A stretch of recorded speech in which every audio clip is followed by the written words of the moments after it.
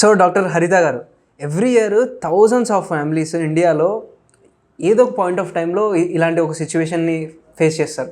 Maybe family members, maybe friends, maybe ఎవరో ఒకరు poison consume చేసి వాళ్ళ లైఫ్ని ఎంజాయ్ చేసుకుందామని చూస్తారు. మేబీ పెస్టిసైడో, మేబీ హౌస్ హోల్డ్ క్లీనరో, లేకపోతే మెడిసిన్ ఓవర్డోసో, లేకపోతే ఇంకేదన్నా టాక్సిక్ సబ్స్టాన్సో. బట్ ఇదంతా ఎందుకు జరుగుతుంది అనుకుంటున్నారు? మేబీ మీరు చాలామందికి తెలియకపోయి ఉండొచ్చు. So could you please introduce yourself and after that will go into the podcast. Yes నమస్కారం అండి అందరికీ. నా పేరు doctor Haritha, specialised in anaesthesia and critical care medicine. మనం ఈరోజు పాయిజనింగ్ అనే టాపిక్ గురించి మాట్లాడుకోబోతున్నాము. ఈ మధ్య కాలంలో ఎప్పటి నుంచో ఉన్నాయి పాయిజనింగ్ గురించి కేసెస్ వస్తూ ఉన్నాయి, డాక్టర్స్ ట్రీట్ చేస్తున్నారు. ఈ మధ్య కాలంలో ఇంకా ఎక్కువ అయిపోయాయి. ఎందుకు అంటే చిన్న చిన్న విషయాల కోసం పిల్లలు, 10th క్లాస్ పిల్లలు, ఇంటర్మీడియట్ పిల్లలు, నాకు ఆ గ్యాడ్జెట్ కావాలి అంటే అమ్మ నాన్న కొనిరు, అందుకు ఎమోషనల్లీ డిస్టర్బ్ అయిపోయి ఇదితో ఏదో ఒకటి చేసుకోవాలని చూస్తారు. అండ్ కొంతమంది రిలేషన్షిప్స్లో భార్య భర్తలు అయి ఉండొచ్చు, వాళ్ళ కుటుంబ సభ్యులు అయి ఉండొచ్చు, చిన్న చిన్న ప్రాబ్లమ్స్, ఫినాన్షియల్ ఇష్యూస్.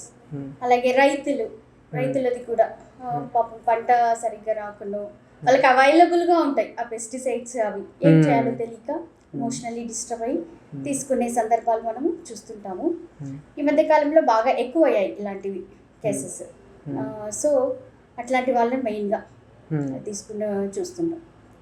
సో మెయిన్గా వీటి గురించి, పాయిజనింగ్ గురించి వచ్చినప్పుడు మీరు మోస్ట్ ఆఫ్ ద కేసెస్లో ఎలాంటి కేసెస్ చూస్తారు? ఏ ఏజ్ వాళ్ళు చూస్తారు అండ్ ఏ ఏజ్ వాళ్ళ కేటగిరీ పెరుగుతుంది? ఏజ్తో సంబంధం లేదండి పాయిజనింగ్. కొంతమంది చాలా యంగ్ ఏజ్, నేను 20 years చూశాను, 22, 24, ఈవెన్ మిడిల్ ఏజ్ 35, 40 చూశాను. ముసలి వాళ్ళు 60 years వాళ్ళు కూడా చేసుకుంది.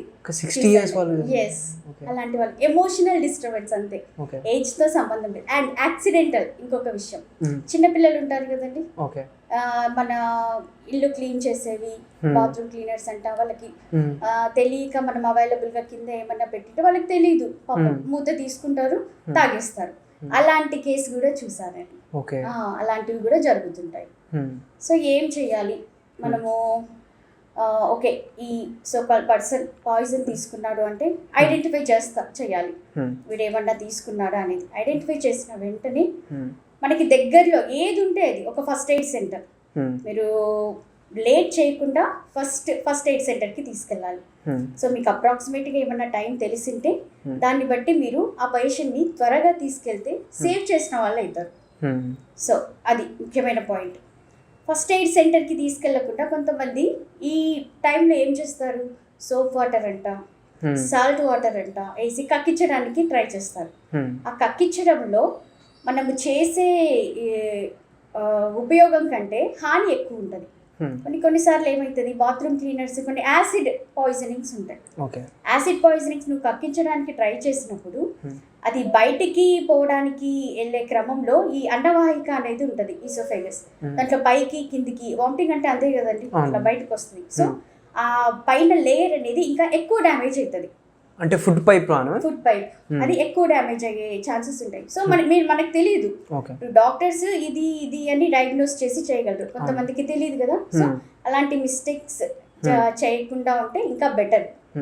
అండ్ ఆస్పిరేషన్ అంటాం సైంటిఫిక్ భాషలో. ఏమవుతుంది, వాడికి ధ్యాస తక్కువ లేకుండా, అది ఐడెంటిఫై చేయకుండా మీరు కక్కించడం వల్ల అది ఊపిరితిత్తుల్లోకి వెళ్ళి ఇంకా హాని అవ్వడానికి అవకాశం ఉంటుంది, ఊపిరి తీసుకోవడానికి ఇబ్బంది అవుతుంది. ఇది మీరు ఇంటెన్షనల్ గా కాదు, తెలియకుండా జరిగే ప్రమాదాలు అనుకోవచ్చు, అవేర్నెస్ లేకుండా చేసేవి అనుకోవచ్చు.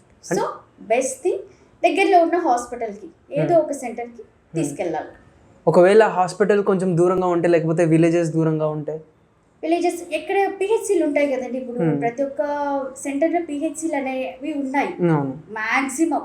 దాంట్లో ట్రైనింగ్ డాక్టర్స్ ఉంటారు, నర్సెస్ ఉంటారు. ఈ మధ్య కాలంలో అంత ప్రాబ్లం లేదు నాకు తెలిసి. దగ్గరలో ఎంత మారుమూల గ్రామం అయినా ప్రైమరీ హెల్త్ కేర్ సెంటర్స్ ఉన్నాయి. సో అక్కడికి తీసుకెళ్తే వాళ్ళు గ్యాస్ట్రిక్ లవాజ్ అంటాం. సో ముక్కులో ఒక పైప్ వేసి సెలైన్ ద్వారా అబ్జర్వేషన్ లో పెట్టుకొని వాళ్ళ వైటల్స్ అంటే హార్ట్ రేట్, బీపీ అన్ని చూసుకుంటూ స్టమక్ వాష్ చేస్తారు. స్టమక్ వాష్ అంటే స్టమక్ వాష్ అంటే మనం తీసుకున్న పాయిజన్ స్టమక్లోకి వెళ్తుంది. ఓకే. మనము ఫుడ్ తిన్నా ఏం తిన్నా కడుపులో నుంచే అది డైజెస్ట్ అవ్వాలి. ఆ ఎంజైమ్స్ అవి బ్రేక్ చేస్తాయి. ఇట్స్ లైక్ ఒక పెద్ద దీన్ని బ్రేక్ చేస్తున్నట్టు, చిన్న చిన్న ముక్కలు చేస్తున్నట్టు. సో అది మన డైజెస్టివ్ సిస్టమ్. అది మనం తిన్న వెంటనే తిన్న ఆహారం డైజెస్ట్ అవ్వడానికి మినిమం 6 hours పడుతుంది. ఓకే. ఆ 6 hours పడుతుంది. సో ఇప్పుడు సపోజ్ మీరు ఐడెంటిఫై చేశారు, అంత లోపల తీసుకెళ్లారు అంటే 6 hours లోపల తీసుకెళ్లారు అంటే ఎక్కువ లోపల ఉండేదంటే బయటికి తీయడం వల్ల ఎక్కువ అబ్జర్వ్ అవ్వదు బాడీలోకి. ఓకే. తక్కువనే అబ్జర్వ్ అవ్వడానికి ఛాన్స్ ఉంటుంది. సో తక్కువ రిస్క్ ఉంటుంది. ఎస్, తక్కువ రిస్క్ ఉంటుంది. ఇప్పుడు బేసిక్గా వాడు తీసుకున్న పాయిజన్ మోతాదు, ఎంత క్వాంటిటీ తీసుకున్నాడు అండ్ ఎంత డ్యూరేషన్లో మనం వాడిని so called first aid centre తీసుకొచ్చాము అనే దానిపైన వాడి అవుట్కమ్ అంటే వాడి ఎంత వరకు బతకగలడు, లైఫ్ ఛాన్సెస్ ఎంత, ఎస్, బతికిన తర్వాత కాంప్లికేషన్స్ ఎంత వరకు రావచ్చు రాకపోవచ్చు అనేది కూడా డిపెండ్ అయి ఉంటుంది. Okay. So that is very very important. And మీరు 6 hours అని మెన్షన్ చేశాను మ్యామ్. అసలు 6 hours స్టమక్లో ఉంటుంది కాబట్టి, ఐ మీన్ డైజెస్ట్ అవ్వకుండా ఉంటుంది కాబట్టి, కానీ నేను ఏం విన్నాను అంటే ఎంత ఫాస్ట్గా వీలైతే అంత ఫాస్ట్ తీసుకురావాలి, వీలైతే 5 minutes or 10 minutesలో తీసుకురావాలంట. బట్ 6 hours దాకా అది ఏం స్టమక్లో నిండిపోతుంది, డైజెస్ట్ కాదు అంటున్నారు. ఎందుకు అది ఇంపార్టెంట్ ఫాస్ట్గా తీసుకురావడం? 6 hours డైజెస్ట్ అవ్వదు అని కాదు, మెల్లమెల్లగా మన బాడీ రియాక్ట్ అయ్యి లోపల ఎంజైమ్స్, ఇప్పుడు తిన్న ఆహారము లోపల సలైవ ద్వారా కొంత బ్రేక్ అవుతుంది. అట్లాగే లోపల స్టమక్ లోపల కొన్ని ఎంజైమ్స్ ఉంటాయి, పెప్సిన్, ట్రిప్సినోజన్ అలాంటివి, వాటి వల్ల బ్రేక్ అవుతుంది. అది ఎఫెక్ట్ మనం తగ్గించగలుగుతాం అంతే. 6 hours అంటే దట్స్ లైక్ మనం తిన్న ఆహారము డైజెస్ట్ అవ్వడం, వాట్ ఎవర్ మనం ఇంజెస్ట్ చేసిన కన్జ్యూమ్ చేసిన ఇది బాడీలోకి అబ్జర్వ్ అవడానికి అయ్యే డ్యూరేషన్. Okay, that's it. కానీ మేబీ అది త్వరగా బాడీలోకి రీచ్ అయ్యే కెపాసిటీ ఉండొచ్చు తీసుకున్న పాయిజన్స్, ఆ ఫ్యాక్టర్స్ కూడా ఎఫెక్ట్ చేస్తాయి కదా. కొన్ని పాయిజన్స్ ఎస్ ర్యాపిడ్గా అబ్జర్వ్ అయిపోయి ఎక్కువ ఆర్గన్స్ పైన ఎఫెక్ట్ చూపిస్తాయి, కిడ్నీస్ పైన, లివర్ పైన, ఆ ఫ్యాక్టర్ కూడా ఇంపార్టెంట్. కొన్ని ఒక్కొక్క సిస్టమ్ పైన స్పెసిఫిక్గా అండ్ టైప్ ఆఫ్ పాయిజన్స్ ఉంటాయి. మనము మోస్ట్ కామన్గా చూసేది ఆర్గనోఫాస్ఫరస్, ఓపీ కాంపౌండ్స్ అంటాము, మన పెస్టిసైడ్స్, ఇన్సెక్టిసైడ్స్ రైతులకు ఎక్కువ అవైలబుల్గా ఉంటాయి. అండ్ పారాక్విట్, గడ్డి మందు అంటాం, వాళ్ళు కలుపు మొక్కలని ఇది చేయడానికి, వాటిని తీసేయడానికి ఎక్కువ వాడతారు. మన ఇళ్లలో ర్యాట్ పాయిజన్, ఎలకల మందు, అది తీసుకుంటుంటారు. అండ్ హెయిర్ డైస్, ఈ ఉంటది సూపర్ వాస్మల్ పాయిజనింగ్ అంటాం దాన్ని. Okay, hair colour. Yes, hair colour, అది తీసుకుంటుంటారు కొంతమంది. ఇట్లా చాలా రకాలు ఉన్నాయి. మోస్ట్ కామన్ గా ఇలాంటివి చూస్తూ ఉంటాము. అండ్ యాసిడ్స్, బాత్రూమ్ క్లీనర్స్, ఇలాంటివి కూడా తీసుకొని వస్తుంటారు. సో ఒక్కొక్క దానికి ఒక్కొక్క లక్షణాలు ఉంటాయి, ఒక్కొక్క టైప్ ఆఫ్ ట్రీట్మెంట్ ఉంటుంది. సపోజ్ ఆర్గనోఫాస్ఫరస్ అనుకుందాము, ఇన్సెక్టిసైడ్స్ అవి తీసుకున్న వెంటనే వాటి స్మెల్ వస్తుంది. మనిషి దగ్గర ఎక్కువ తీసుకున్నాడు అంటే చాలా స్మెల్ వస్తుంది. ఆ స్మెల్ ద్వారానే మేము కనుక్కుంటాం. వీడు కొంతమంది ఆ బాటిల్ అది ఉంటుంది, వాళ్ళు తీసుకున్న వెంటనే అది కొంతమంది తెస్తారు, పక్కన వాళ్ళ రిలేటివ్స్ కావచ్చు, వాళ్ళ వెల్ విషర్స్ కావచ్చు, కొంతమంది తయారు, కొంతమంది తీసుకొని రావడానికి టైం పట్టొచ్చు. సో అది మేము కనుక్కోగలము. ఓకే, మోస్ట్ ప్రాబబ్లీ ఇది అయ్యిండొచ్చు, మేబీ పెస్టిసైడ్ ఇన్సెక్టిసైడ్ అయ్యిండొచ్చు, స్మెల్ బట్టి తెలుస్తుంది. స్మెల్ బట్టి తెలుస్తుంది.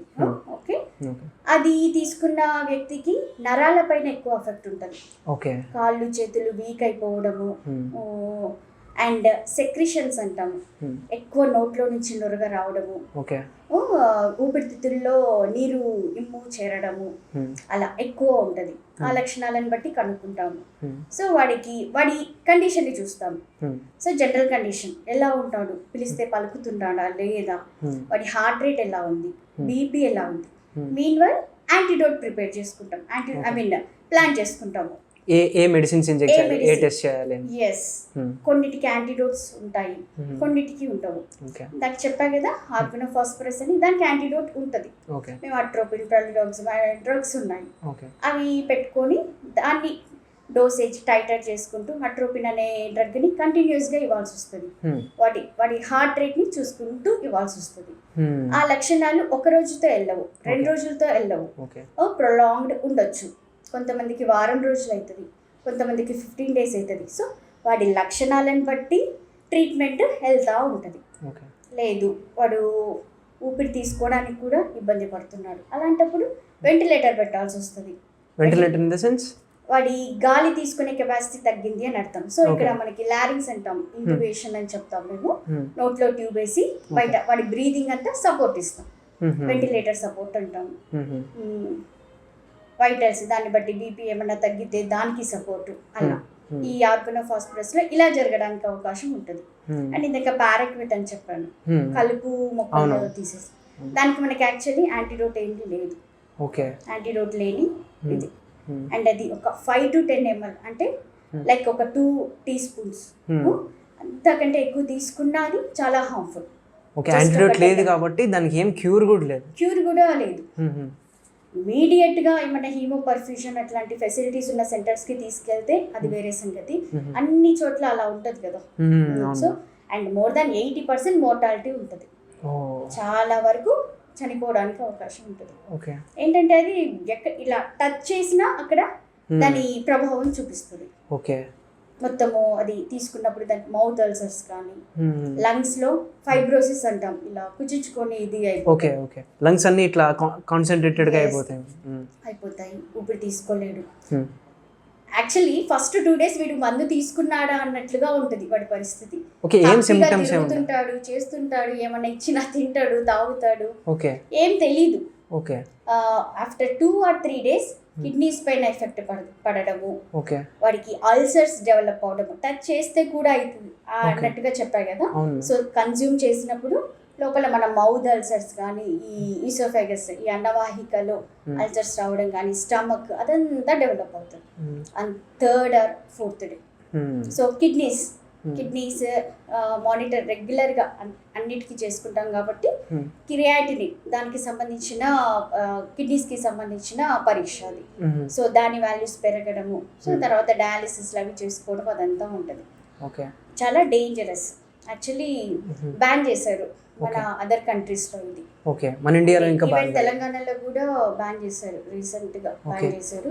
మన వాళ్ళు ఇక్కడ ఇది ఫైట్ చేస్తున్నారు కొంతమంది, పారాక్విట్ని బ్యాన్ చేయాలి. And I think my uncle was one of the member to involve in this. So he deals with lot of cases.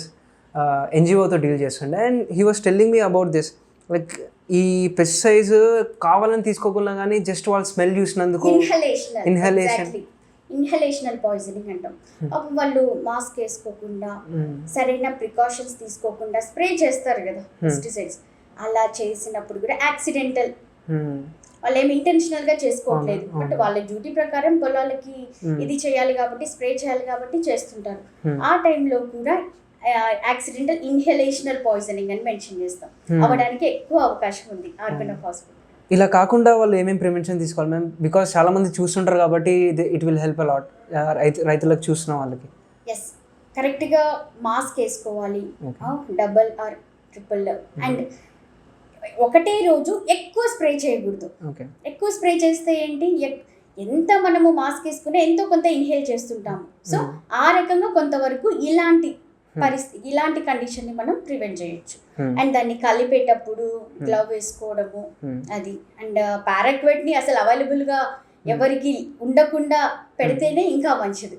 అది చాలా దాని నుంచి బయటపడే రేట్ కూడా చాలా తక్కువ కాబట్టి దాన్ని అవైలబుల్ గా పెట్టుకోకుండా ఉంటేనే మంచిది. తెలుగులో ఏమంటున్నా గడ్డి మందు. నేను చాలా మంది ఫార్మర్స్, ఇన్ఫాక్ట్ మా గ్రాండ్ పేరెంట్స్ యూజ్ చేయడం కూడా చూసాను. నేను చాలా మంది ఫార్మర్స్ కూడా చూసాను ఇది యూజ్ చేయడం. అది వాళ్ళు స్ప్రే చేస్తారు కదా, అది లైక్ ఒక 10 ml అంతే చిన్న మూత వాటర్ లో కలుపుకొని స్ప్రే చేస్తారంట. ఈ వరుసలో స్ప్రే చేసి ఆ లాస్ట్ కి వెళ్ళే లోపల అది చనిపోయింటదంట. చాలా డేంజరస్. అండ్ ట్రీట్మెంట్ విషయానికి వస్తే, ఒక పాయిజనింగ్ అయిన పేషెంట్ని మీరు ఎమర్జెన్సీలో డీల్ చేశారు కాబట్టి వచ్చిన వెంటనే ఏమేమి పారామీటర్స్ చూస్తారు? ఎమర్జెన్సీలోకి వస్తాడు, వాళ్ళు తీసుకొస్తారు, ఫస్ట్ అబ్జర్వ్ చేస్తాము ఎలా ఉన్నాడు, పిలిస్తే పలుకుతున్నాడా, కాన్షియస్ ఉన్నాడా, గుర్తుపడుతున్నాడా, అండ్ వాడి వైటల్ డేటా, వాడు బ్రీదింగ్ తీసుకునే ప్యాటర్న్, బ్రీదింగ్ తీసుకుంటుంటాడు కానీ ఇరెగ్యులర్గా తీసుకుంటున్నారా, రెగ్యులర్గా తీసుకుంటున్నారా అనేది ఇంపార్టెంట్. నెక్స్ట్ హార్ట్ రేట్ ఎలా ఉంది. నార్మల్ హార్ట్ రేట్ ఒక 60 to 100 లోపల ఉంటుంది. తక్కువ కొట్టుకుంటుందా, ఎక్కువ కొట్టుకుంటుందా. తక్కువ కొట్టుకునే దానికి రీజన్స్ ఉంటాయి, ఎక్కువ కొట్టుకునే దానికి కూడా రీజన్స్ ఉంటాయి. సో దాన్ని మనం ట్రీట్ చేయాలి. పల్స్, బీపీ ఎలా ఉంది, తక్కువ ఉందా, ఎక్కువ ఉందా, అసలు ఉందా. అండ్ యూరిన్ అవుట్పుట్ కూడా చాలా ఇంపార్టెంట్. కిడ్నీస్ పైన ఎఫెక్ట్ పడుతుందని చెప్పినా కదా. కొన్ని పాయిజన్స్, ఇప్పుడు పారాక్విట్ అనేది ఎక్కువ కిడ్నీస్ పైన పడడానికి అవకాశం ఉంటుంది. ఓపీ అనేది నరాల పైన ఎక్కువ చూపిస్తుంది అని చెప్పాను. అలాగా సో కొన్ని పాయిజన్స్ అన్ని ఆర్గాన్స్ పైన మల్టీ ఆర్గాన్ అంటాం, మల్టీ ఆర్గాన్ డిస్ఫంక్షన్ అంటాం. సో అన్ని పారామీటర్స్ బ్లడ్ టెస్ట్ల ద్వారా చూసుకుంటూ చేసుకోవాల్సి ఉంటుంది. అండ్ ఇది లైఫ్ థ్రెటనింగ్ కేసు అని ఎలా రికగ్నైజ్ చేస్తారు? ఫర్ ఎగ్జాంపుల్ చాలా ఎక్స్ట్రీమ్ కేసు ఇది అని ఎలా రికగ్నైజ్ చేస్తారు? చూసిన వెంటనే వాడికి ఇవేమీ సరిగ్గా లేవు, పిలిస్తే పలకట్లేదు, సో ఇమీడియట్గా వెంటిలేటర్లో వేయాల్సిందే. వాళ్ళకి రిస్క్ చెప్పి అండ్ యాజ్ అన్ ఇంటెన్సివిస్ట్గా నేను పేషెంట్ని కాదు, పేషెంట్ అటెండర్స్ని కూడా మేనేజ్ కరెక్ట్గా వాళ్ళకి అవగాహన చేయాల్సి ఉంటుంది. అంటే ఫ్యామిలీ మెంబర్స్ పిలుచుకొని చెప్పాల్సి ఉంటుంది. ఇప్పుడు పేషెంట్ వచ్చింది, దిగిన వెంటిలేటర్లో పెట్టేస్తాము ఏంటి అని చెప్తే వాళ్ళు భయపడతారు.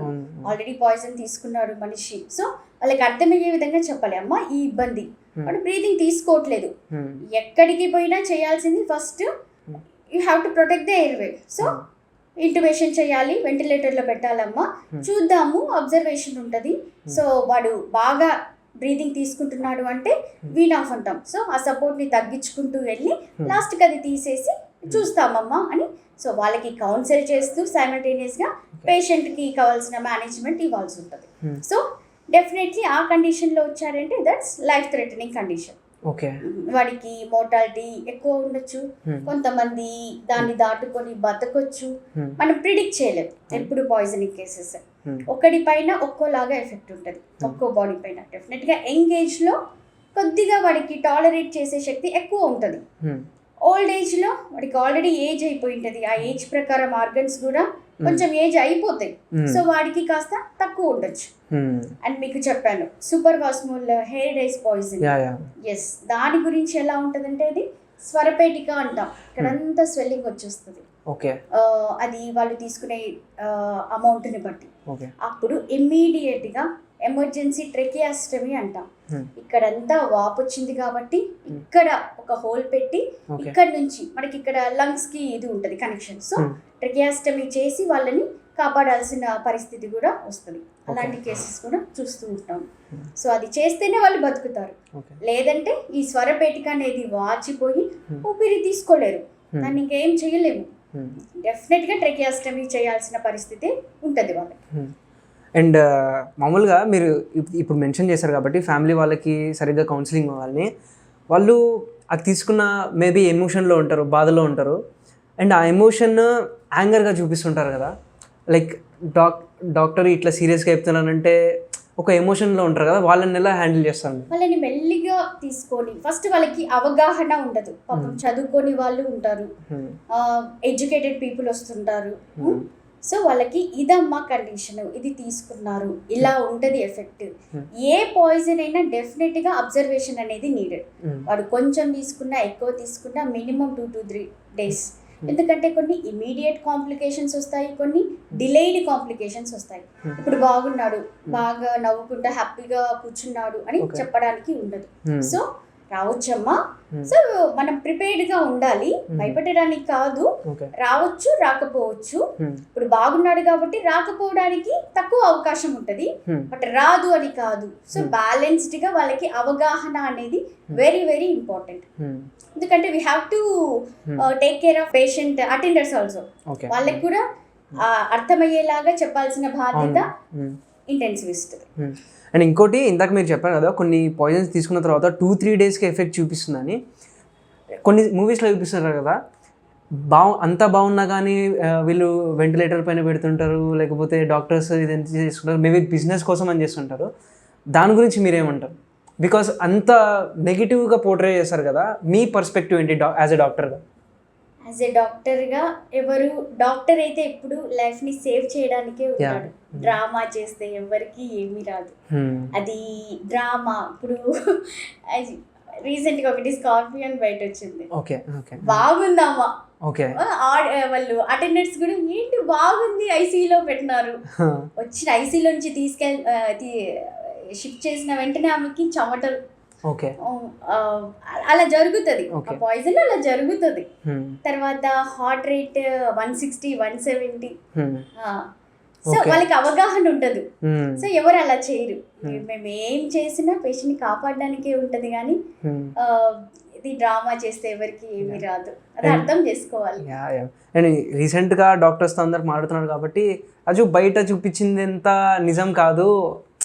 లైక్ డాక్టర్స్ ఎప్పుడైనా సరే లైఫ్ సేవ్ చేయడం కోసం చేస్తుంటారు కానీ most of the A system లో అయినా గుడ్ ఉంటుంది, బ్యాడ్ ఉంటుంది. అది అర్థం చేసుకొని వెళ్ళాలి.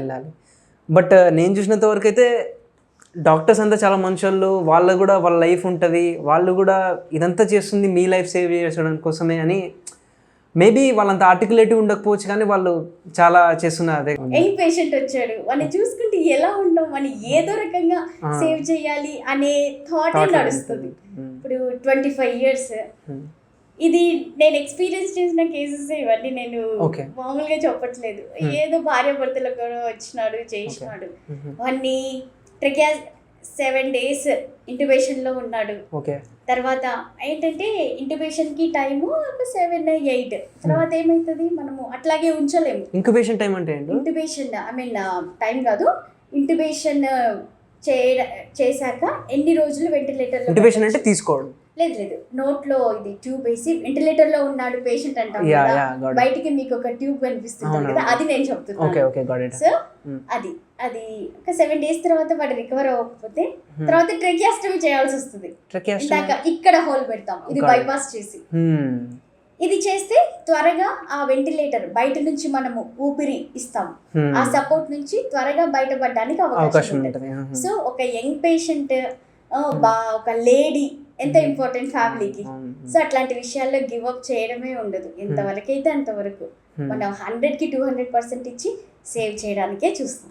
మీ ఎక్స్పీరియన్స్లో యంగెస్ట్ పేషెంట్ ఏజ్ ఎంత అండ్ ఎందుకు అది చేశారు? ఇంత ఎక్స్ట్రీమ్ డిసిషన్ వాళ్ళు ఎందుకు తీసుకున్నారు? చాలా చూసా.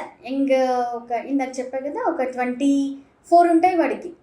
అబ్బాయి పెద్దగా చదువుకోలేదు, పల్లెటూరు అబ్బాయే, పెళ్లి చేసుకున్నాడు. ఎంగేజ్ వాళ్ళు పాపం త్వరగా చేసుకుంటారు కదా, 20 years 22 years. భార్యతో ఏదో ఇష్యూ చేసి వాడు బాగా ఆల్కహాల్ కలుపుకొని తాగినట్టున్నాడు. పెస్టిసైడ్ వాళ్ళకి అవైలబుల్ గా ఉంటది కదా, అది పెద్దగా చదువుకోయింది పాపం. ఆవేశము ఏమైతుంది, 25 to 30 days కేమో రికవర్ అయినాడు, బయటకు వచ్చినాడు.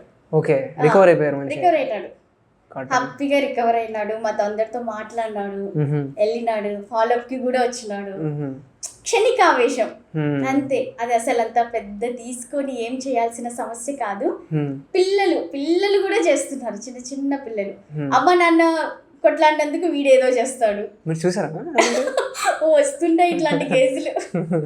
అండ్ అమ్మ ఏదో ఇవ్వలేదనో, లేదంటే నాన్న ఏదైనా ఫోన్లు ఇట్లాంటివి ఏదో కొనిచ్చలేదనో, అట్లా చిన్న చిన్న విషయాలకి చేసుకొని 10th class లో ఇది ఇంకా మోస్ట్ కామన్ థింగ్ కదా, పాస్ అయితే చాలరా అని అర్థం కాదు వాళ్ళకి. ఐ థింక్ ఏజ్ పెరిగే కొద్దీ ఇవన్నీ ఎక్స్పీరియన్సెస్ డెఫినెట్గా ఎక్స్పీరియన్స్ అయ్యే కొద్దీ, లైఫ్ని ఎక్స్పీరియన్స్ అయ్యే కొద్దీ మనం చేసింది సిల్లీ థింగ్ అని అనిపిస్తుంది. And I want to ask that, వాళ్ళు రికవర్ అయిన తర్వాత మీతో ఏం మాట్లాడతారు, మీరు ఎలా ఫీల్ అవుతారు? వాళ్ళు వచ్చి చెప్తారు, ఒకటి చెప్పినాడు, వాడు పెళ్లి కాలేదు,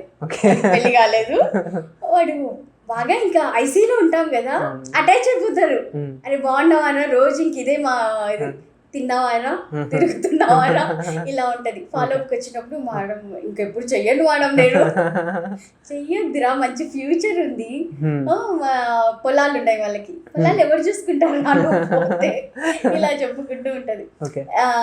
రియలైజ్ అవుతారు వాళ్ళు చేసిన తప్పు డెఫినెట్ గా. అండ్ ఏం చేస్తాం మేము ఇక్కడ, ఈ ప్రాసెస్ అవుతూ ఉంటేనే ట్రీట్మెంట్, సైకియాట్రిస్ట్ తో డెఫినెట్ గా కౌన్సిలింగ్ ఏర్పాటు చేస్తాము.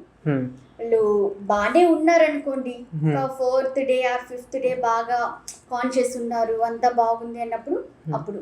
లేదు క్రిటికల్గా ఇప్పుడు నేను చెప్పా కదా, వెంటిలేటర్లోకి వెళ్ళి రికవర్ అయ్యి చాలా ప్రొలాంగ్డ్ స్టే ఉంటుంది కొంతమందికి, 15 days అంట, 20 days అంట. మొత్తం వాళ్ళు అయ్యాక మొత్తము అప్పుడు సైకియాట్రిస్ట్తో కౌన్సిలింగ్, రెగ్యులర్ కౌన్సిలింగ్స్ ఉండి వాళ్ళకి ఏమైనా మెడికేషన్ అవసరమైతే మెడికేషన్ అది ఇప్పించేస్తాం. అంటే ఎలా డిసైడ్ చేస్తారు మ్యామ్ మీరు సైకియాట్రిస్ట్ మెంటల్లీ హెల్ప్ కావాలని? ఇప్పుడు ఈ పని చేశారంటేనే వాళ్ళకి మెంటల్లీ హెల్ప్ కావాలని అర్థం.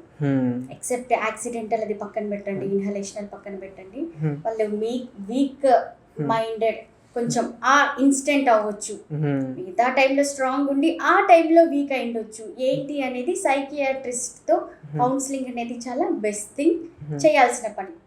అది రొటీన్.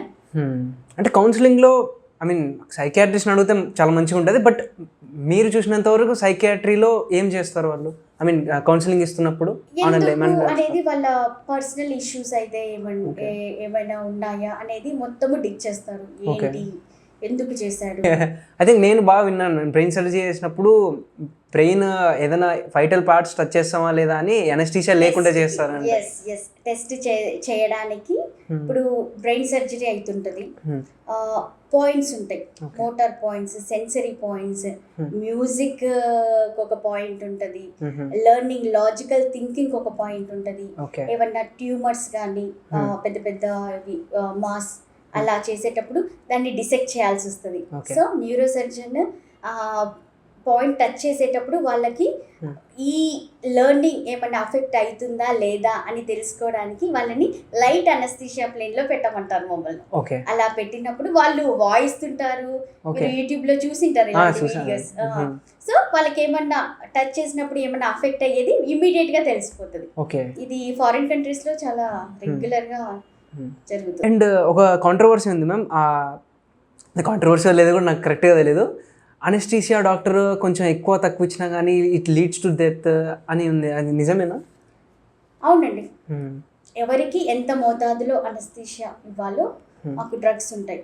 చిన్న పిల్లోడికి ఒక క్యాలిక్యులేషన్ ఉంటుంది, న్యూ బోర్న్ వాడికి days old, 1 day old, 2 day old, వాడికి ఒక క్యాలిక్యులేషన్ ఉంటుంది.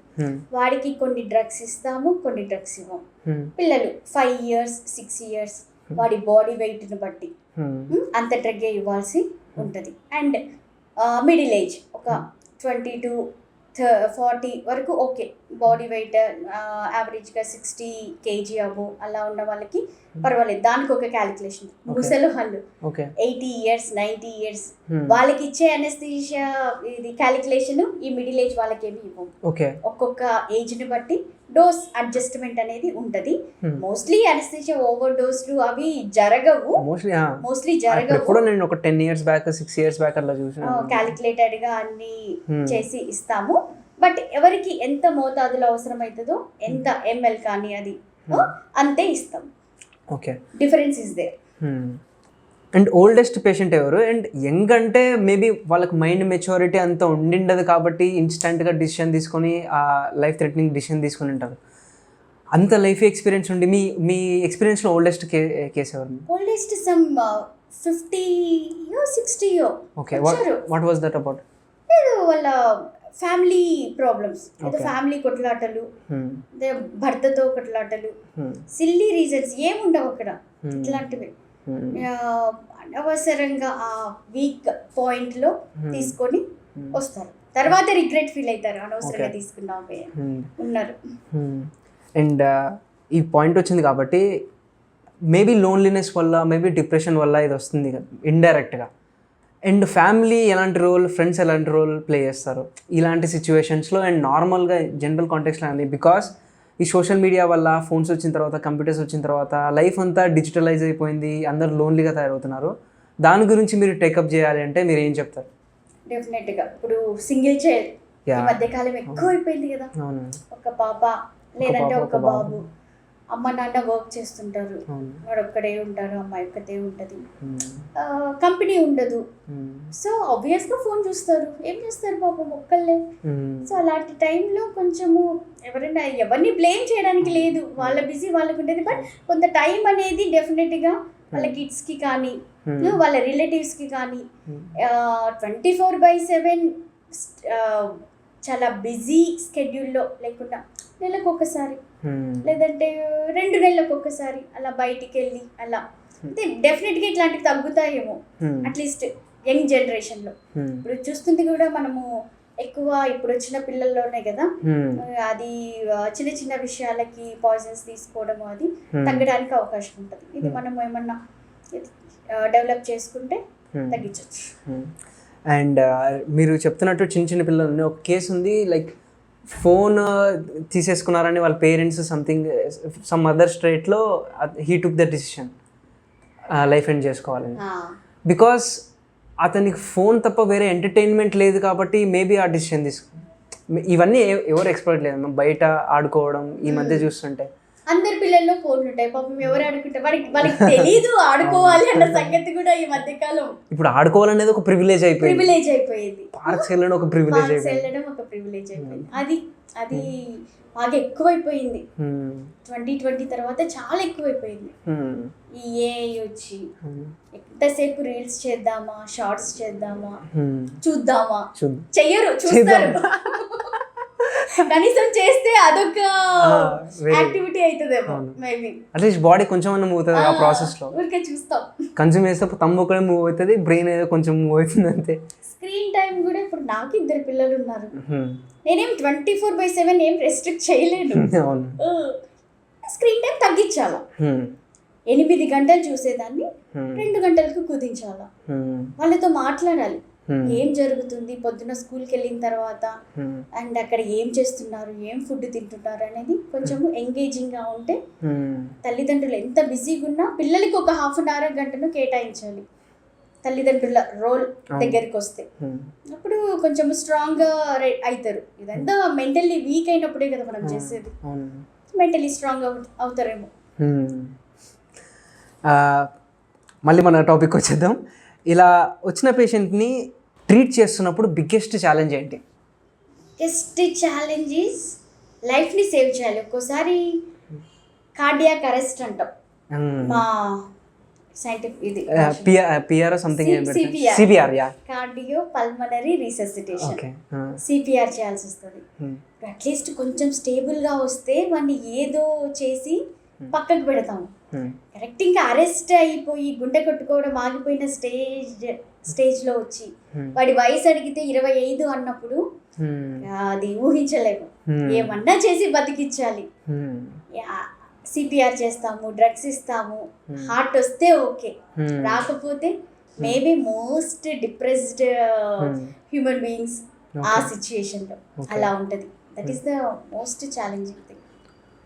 ఒకవేళ మీరు ఒక ఎక్స్ట్రీమ్ కేస్ని మేబీ సేవ్ చేయగలిగిపోతే మీ మైండ్ స్టేట్ ఎలా ఉంటుంది? డెఫినెట్గా మా 100% ఎఫర్ట్ ఇస్తాము, అది ఉంటుంది. ఇంకా మోస్ట్ డెడ్లియస్ట్ పార్ట్ ఏంటంటే అటెండర్స్కి ఎక్స్ప్లెయిన్ చేయాలి, ఫ్యామిలీస్కి వాళ్ళ ఫ్యామిలీ మెంబర్స్కి చెప్పాలి ఇదమ్మా పరిస్థితి. అది ఇంకా స్కేరియస్ట్ థింగ్. ఇలా అవుతుందమ్మా, ఏం చేసినా వస్తే పర్వాలేదు, హార్ట్ వచ్చింది సరే ప్రయత్నం చేద్దాము, దానికి సంబంధించిన అన్ని వెళ్తున్నాయి చేస్తాం, ప్రయత్నం ఒక టైం పట్టచ్చు, 2 days 3 days చూసుకుందాము అని. బట్ రాకపోతే అది కూడా చెప్పాలి కదా.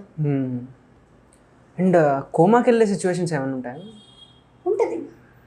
కోమా కొన్ని బ్రెయిన్ పైన ఎఫెక్ట్ పడింది అనుకోండి. మోస్ట్లీ నేను చూసినంత వరకు చాలా రేర్గా అవుతుంది. ఎక్కువ ఈ లంగ్స్ అంట, కిడ్నీస్ అంట, దానిపైన ఉంటుంది. బ్రెయిన్ కొంచెం టైం ఇస్తుంది మనకి. ఇన్ఫ్యాక్ట్ ఆ టైం లోపల రియాక్ట్ అయితే ఓకే, అది కూడా ప్రివెంట్ చేయొచ్చు. చాలా రేర్గా బ్రెయిన్ పైన కూడా హైపాక్సియా అంటాం. ఇప్పుడు నేను చెప్పాను కదా, త్వరగా తీసుకొస్తే కొంచెం హెల్ప్ అవుతుందండి, లేట్ అయితే కొంచెం ఇబ్బంది అవుతుంది. ఆ టైంలో వాడికి ఊపిరి ఎంత ఉందో, తీసుకుంటున్నాడో లేదో, అలా ఏమంటాము హైపాక్సియా అంటాం. బ్రెయిన్ ఆ టైంలో పాపం అడాప్ట్ అవుతుంటుంది దానికి. ఆ ఎఫెక్ట్స్ అనేవి ఇక్కడికి వచ్చిన తర్వాత వాడి లక్ వల్ల అంత బాగా బయటకు వచ్చిన తర్వాత ఆ స్టార్టింగ్ ఎఫెక్ట్ ఉంది కదా, అది చూపిస్తుంది బ్రెయిన్ మధ్యలో. సీజర్స్ అలాంటి వాళ్ళకి ఫిట్స్, వాయి ఓకే, ఫ్యూచర్లో వచ్చే ఛాన్సెస్ ఫ్యూచర్లో కానీ మన హాస్పిటల్ స్టేలో కూడా రావడానికి డెఫినెట్గా అవకాశం ఉంది. ఒక పర్సన్ ఇప్పుడు ఇది ఫర్ ఎగ్జాంపుల్ మేము ఒక ఊర్లో ఉన్నారు, లేకపోతే ఇంకో ఏదో టౌన్లోనే ఉన్నారు అనుకోండి. For example some other person పాయిజన్ని కన్జ్యూమ్ చేస్తారు, ఎనీ కైండ్ ఆఫ్ పాయిజన్. ఒక పర్సన్ దగ్గరలో ఉన్న పర్సన్ ఇమీడియట్గా ఏం చేయాలి? ఫస్ట్ నువ్వు మెడికల్ సెంటర్కి తీసుకెళ్ళు, అంతే అంతే. చుట్టూ చూడాలా, వాడిని ఎత్తుకోపోవాలి అంతే. మెడికల్ సెంటర్కి ఏం ఆలోచించకూడదు. కక్కించడాలు చేయడాలు అవి చేయకపోతే బెటర్. ఇందాక డిస్కస్ చేసిన ఆ కాంప్లికేషన్స్ అన్నీ ఉంటాయి. ఒకవేళ ఏ సబ్స్టెన్స్ తీసుకున్నారో తెలియకపోతే మీరు ఏం చేస్తారు? ఏ సబ్స్టెన్స్ తీసుకున్నాడో తెలియకపోతే కొన్ని బ్లడ్ టెస్ట్ ఉన్నాయండి. వెంటనే ఒక 2 బ్లడ్ టెస్ట్లు పంపిస్తాము. ఇప్పుడు ఓపీ కాంపౌండ్కి ఒక పెస్టిసైడ్స్ అని చెప్పా కదా, దానికి ఒక రక్త పరీక్ష ఉంటుంది. పారాక్విట్ అని చెప్పా కదా, దానికి యూరిన్ ఫర్ పారాక్విట్స్ అని కొన్ని టెస్టులు ఉంటాయి. అలా కనిపెట్టేస్తాము. ఇంకొకటి మీకు మెథిమోగ్లోబినేమియా అని ఒక కండిషన్ ఉంటుంది, అది కూడా మేము బ్లడ్ టెస్ట్ లో కనిపెట్టగలం. సో ఇమీడియట్ గా వెళ్తాయి. ఎట్లా అంటే సైడ్ రక్తం అనేది బ్లూ అయిపోతుంది. ఆక్సిజన్ ఉంటే రెడ్గా ఉంటుంది. ఆక్సిజన్ తీసుకునే కెపాసిటీ రక్తంలో ఉండే హిమోగ్లోబిన్ కి తగ్గిపోతే నేను చెప్పా కదా సో కాల్డ్ సబ్స్టెన్స్ అది పోయి అతుక్కుంటది అనమాట. అప్పుడు సైనోసిస్ అంటాం. అలా అవుతారు, బ్లూగా అయిపోతారు. మనిషి కూడా బ్లూ అయిపోతారు. ఎస్, చూడంగానే ఎక్కువ తీసుకున్నాడు, ఎక్కువ ఎఫెక్ట్ ఉంది అనుకోండి కనిపెట్టేస్తాం. అలా కొన్ని చూడగానే కనిపెట్టేస్తాము. లేదా ఏమన్నా డౌట్ ఉంది అంటే బ్లడ్ టెస్ట్ ద్వారా కనిపెట్టేస్తాము. అంత లోపల మా పని మాదే. వాడు ఎలా ఉన్నాడు, ఎయిర్ వే, బ్రీదింగ్, సర్క్యులేషన్, ABC అంటాం. అంతే, అన్ని స్టెబిలైజ్ చేసుకుంటాం. ఓకే, సో ఈ 3 మెయిన్ పారామీటర్స్ చేస్తారు. ఎస్, ఫ్యామిలీ మెంబర్స్ కి సిచ్యుయేషన్ అనేది చెప్పడం వెరీ వెరీ ఇంపార్టెంట్. పాయిజనింగ్ కేసే కాదండి, మెడికల్ కేసెస్ ఏవైనా ఐసీయూలో అడ్మిట్ అయ్యాయి అంటే యాజ్ అన్ ఇంటెన్సివిస్ట్ గా నా బాధ్యత వాళ్ళకి అవగాహన చేయడం, అది చాలా ఇంపార్టెంట్. కొంతమంది మేబీ అవేర్నెస్ లేక కొన్ని హోమ్ రెమెడీస్ చేస్తారు. ఏమైనా అలాంటి కేసెస్ ఉన్నాయా? హోమ్ రెమెడీస్ ఏమైనా ట్రై చేసి, అంటే ఇంట్లోనే ఏదన్నా పెద్దవాళ్ళు ఉంటారు, ఏదో ఒకటి చెప్తారు, సంథింగ్ వామ్ వాటర్ ఏదో ఒకటి రెమెడీస్ ట్రై చేసి కొన్ని చెప్పారు. ఒక లేడీ వచ్చింది అట్లాగే, ర్యాట్ పాయిజన్ ఏదో తీసుకున్నట్టుంది. 3 days తర్వాత వచ్చింది హాస్పిటల్కి. 3 days తర్వాత ఇంట్లో వాళ్ళు చెప్పింటారు. 3 daysకి వాళ్ళకి నేను చెప్పే కదా, చిన్నదైనా కదా కూడా అబ్జర్వేషన్ అనేది needed. 3 or 4 days ICU stay. వాడు బాగా కూర్చొని నడుస్తున్నా, వాటితో మాట్లాడుతున్నా, అబ్జర్వేషన్ అనేది వెరీ వెరీ ఇంపార్టెంట్. 3 days తర్వాత ఏమైంది, ఆమెకి కళ్ళు తిరుగుతుంటాయి, పాయిజన్ లోపలికి వచ్చి మాట పోయింది. ఇవకి మాట అంటే కొంచెం తక్కువ, లైక్ కొంచెము స్ట్రక్ అయిపోయి అలా. మేబీ ఆమె హెయిర్ డై తీసుకుందో ఏం తీసుకుందో తెలీదు. అలా వచ్చాక ఇక్కడ మనము దానికి సంబంధించిన అల్సర్స్ డెవలప్ అయ్యింది, మింగలేకపోయేది. దానికంతా మనం ట్రీట్మెంట్ ఇచ్చి బాగు చేసి పంపించాం. వాడికి షిఫ్ట్ చేసాం. ఒక 2 days స్టే చేసింది, తర్వాత వెళ్ళిపోయాం. అట్లా అదంతా ఇంకా హోమ్ రెమెడీస్. వాళ్ళు వామ్ వాటర్ ఇవన్నీ వేసింటారు. సోప్ వాటర్ తో కక్కించినారు ఆమెని వాళ్ళ అన్నయ్య.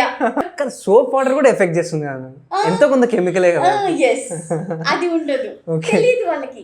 వాళ్ళ టార్గెట్ అంతా ఏంటప్పుడు లోపల బయటికి రావాలి.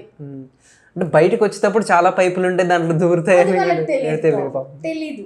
10th class సరిగ్గా చదివింటే 10th class biology thank you ma'am. దీని నుంచి సర్వైవ్ అయిన తర్వాత రికవరీ ఎలా ఉంటుంది? రికవరీ మోస్ట్లీ మాకు ఫాలోఅప్లు వస్తుంటారు కాబట్టి 1 month 2 months వరకు కూడా వస్తూ ఉంటారు. పర్వాలేదు. కొంతమందికి లాంగ్ టర్మ్గా రావడానికి అవకాశం ఉంటుంది. ఏంటంటే పాయిజన్ అనేది ఎక్కడ ఎఫెక్ట్ కొద్దిగా చేస్తే అది కనిపెట్టడం కొంచెం కష్టం. వాడు మామూలుగానే ఉంటాడు కదా. మోస్ట్లీ నాకు తెలిసి కాంప్లికేషన్స్ ఓకే, వీరు ఇంకా లాంగ్ టర్మ్ లో రారు కదా పేషెంట్లు. అంత రీసెర్చ్ ఓరియంటెడ్ గా మనం వెళ్ళాం కాబట్టి నాకు తెలిసినంత వరకు బాగున్నారు పేషెంట్లు, దీని నుంచి బయటపడిన పేషెంట్లు. అండ్ డిశ్చార్జ్ అయిన తర్వాత కేర్ ఎలా తీసుకోవాలి వాళ్ళ ఫ్యామిలీ మెంబర్స్, అండ్ ఆ డిసిషన్ తీసుకున్న వాళ్ళు వాళ్ళ కేర్ తీసుకోవాలి?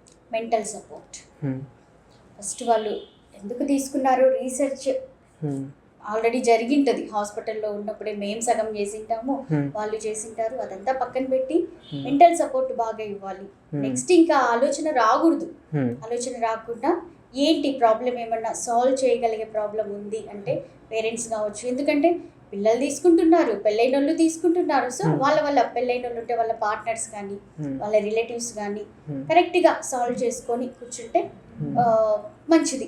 ఓపెన్గా మాట్లాడితే మంచిది. What is the one thing that you want to tell to the audience who are watching this?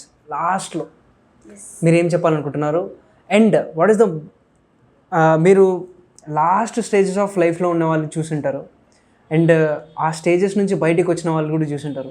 ఇద్దరు ఏం చెప్పారు? ఏదైనా ఎమోషనల్ స్టోరీ ఉంటే కూడా దాన్ని షేర్ చేస్తే మేబీ చూస్తున్న వాళ్ళు ఎవరో ఒకరు దాన్ని సీరియస్గా తీసుకొని వాళ్ళ లైఫ్ని మంచిగా లీడ్ చేస్తారు. ఫైనల్లీ జీవితం అనేది మనకి దేవుడిచ్చిన వరం. దీన్ని మధ్యలో బ్రేక్ చేయాలి అనుకునేది చాలా పెద్ద క్రైమ్, గుర్తుంచుకోండి. అండ్ నా పేషెంట్లు చాలా రిగ్రెట్ అయ్యారు, ఇలా చేసి ఎందుకు మనం చేసాము అని మాట్లాడిన వాళ్ళు కూడా ఉన్నారు. వాళ్ళు చెప్పిందంతా చిన్న విషయాన్ని ఎక్కువ ఊహించుకోకుండా కరెక్ట్ ప్రాపర్గా డిస్కషన్ చేసి రెస్పెక్ట్, పేరెంట్స్ అయితే పేరెంట్స్ చేసుకోవడం వల్ల ప్రాబ్లం అనేది సాల్వ్ అవుతుంది. ఓకే హరిత ma'am, thank you for your time.